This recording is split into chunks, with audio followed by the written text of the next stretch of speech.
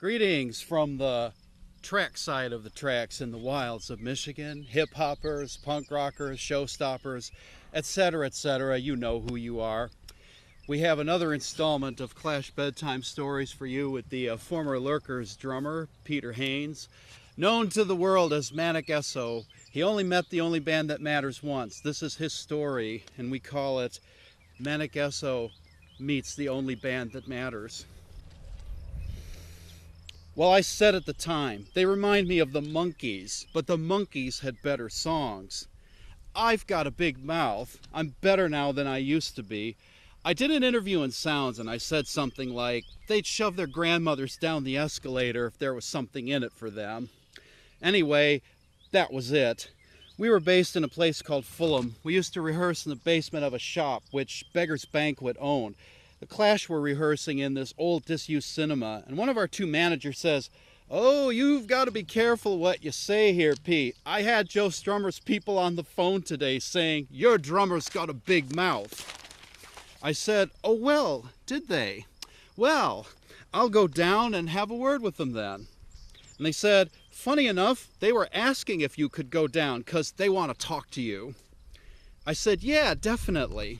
Anyway, I went down there. It was a typical thing. You could have written it yourself. Joe came up to me. "You know what I mean, man? We're all in this together. You know what I mean?" And I said, "I haven't got anything in common with you boys. Good luck to you, but you're speaking bollocks." And he said, "Why is that?" And I says, "Well, listen, because I'm not bloody Chairman Mao or Karl Marx, but I worked as a concrete layer, and I think it's bad to lie to people. People get lied to all the time. They get lied to by politicians. They get lied to by teachers. So they shouldn't get lied to by people in groups. They all dress like puppets from their master's shop. The designer revolutionary look this year is modeled by Joe and the boys. It's just all choreography bollocks." Anyway, I gave them my rant, and it was just left at that.